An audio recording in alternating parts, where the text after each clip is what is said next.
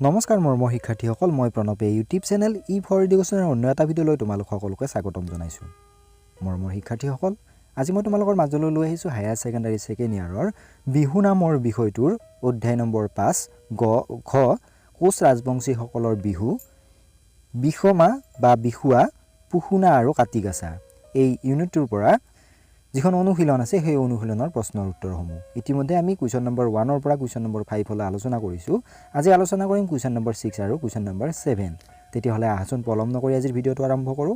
আৰু তাৰ আগতে তোমালোকলৈ এটা অনুৰোধ, এই চেনেলটো যদি ছাবস্ক্ৰাইব কৰা নাই তেতিয়াহ'লে ছাবস্ক্ৰাইব কৰি ৰাখিবা আৰু কাষতে থকা বেল আইকনটো প্ৰেছ কৰি দিবা, মই দিয়া এনেকুৱা ধৰণৰ শিক্ষামূলক ভিডিঅ'সমূহ বা বিভিন্ন প্ৰশ্নৰ উত্তৰসমূহ নিয়মিতভাৱে পাই থাকিবলৈ।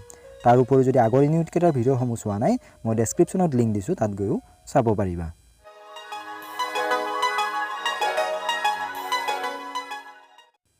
প্ৰশ্ন নম্বৰ 6, কোচ ৰাজবংশীসকলৰ মাজত বেখমা সংক্ৰান্তিৰ দিনা কি কি কাম সম্পাদন কৰা হয়? আৰ্যসকলৰ আগমনৰ পূৰ্বতে এই অঞ্চলত মংগোলীয় প্ৰজাতিৰ কোচসকলে খেতি বাতি আৰম্ভ কৰিছিল আৰু পৰৱৰ্তী বৰ্ণ হিন্দুৰ ৰীতি নীতি গ্ৰহণ কৰিও কোচ ৰাজবংশীসকলে ৰাজবংশী হোৱাৰ পিছতো ইয়াক বিহু বা বিহুৱা অথবা বিষমা বুলি কোৱাৰ ধাৰণা অব্যাহত ৰাখিছিল। অকল কোচ ৰাজবংশীসকলেই নহয়, ভাৰতৰ অন্যান্য জনগোষ্ঠীৰ মাজতো এই দিনটোক বিহু বুলি কোৱাৰ কথা পোৱা যায়। দক্ষিণ ভাৰতৰ নায়ৰসকলে নতুন বছৰত উৎসৱক বিহু বুলি কয়। হিমালয়ৰ নামনিৰ খচসকলৰ মাজতো বিহু উৎসৱ বা মেলা আছে। মধ্যপ্ৰদেশৰ ওৰাওসকলেও গ্ৰীষ্মকালত বিহু স্বীকাৰ কৰে।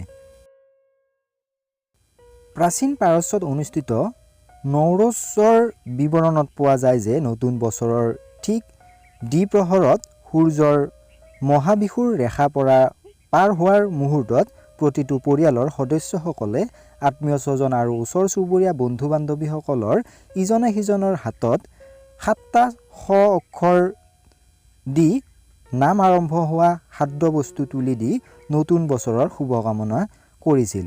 এই 7বিধ খাদ্যবস্তু আছিল শিৱ বা আপেল, সাৰতি, সবজি, ক্ষীৰ, সাম্বল, শামুক আৰু সুমদুল।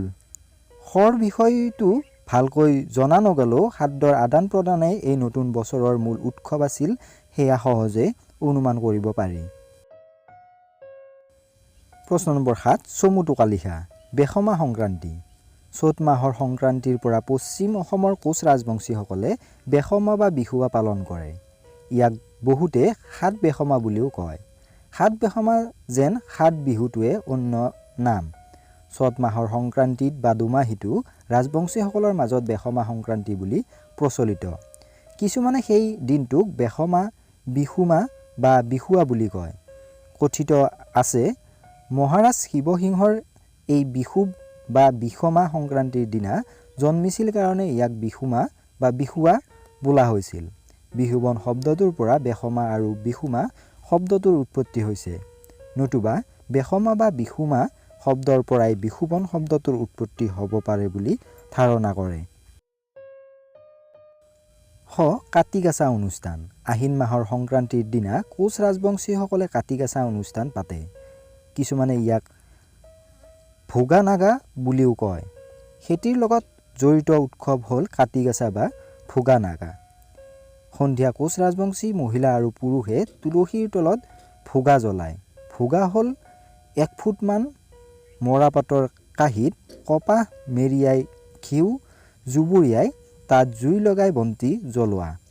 আনহাতে কিছুমানে সৰিয়হ তেল মাটিৰ চাকিত শলিতা দি বন্তি জ্বলায় আৰু তাৰ কাষতে আকাশ বন্তি জ্বলায়।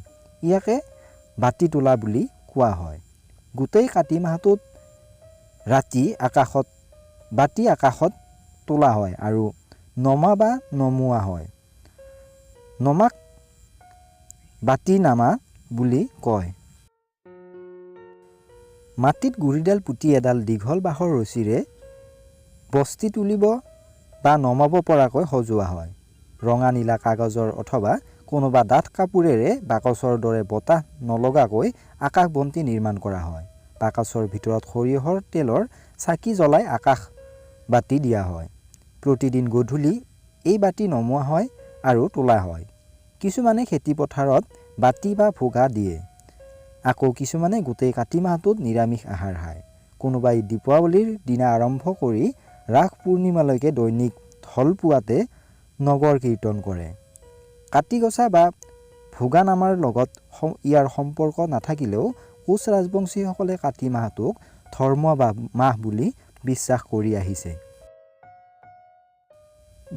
কোচ ৰাজবংশীসকলৰ সাতসাখী।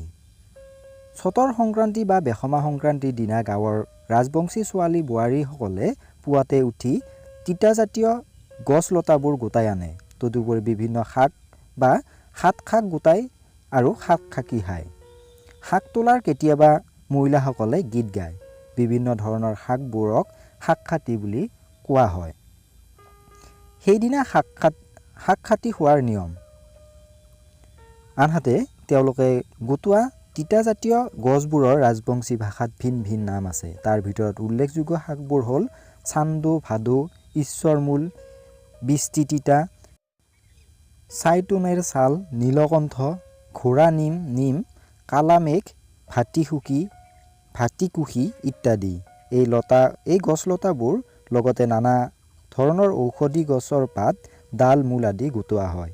যেনে নাঙল ভঙা, ছাগল লেদেৰী, দেৱীৰ নাতি, হুলতীয়া, কুণ্ঠাহাৰী, বেটাৰ আগাল, বিষ ঢেকীয়া, গৰুৰ পাখা ইত্যাদিবোৰ গোটাই আনি বিষ কাটলি হিচাপে গছবোৰৰ পানীত তিয়াই ঘৰৰ চাৰিওফালে ছটিওৱা হয় আৰু বিধে বিধে ঘৰৰ চালত এই পাতবোৰ গুজি থোৱা হয়।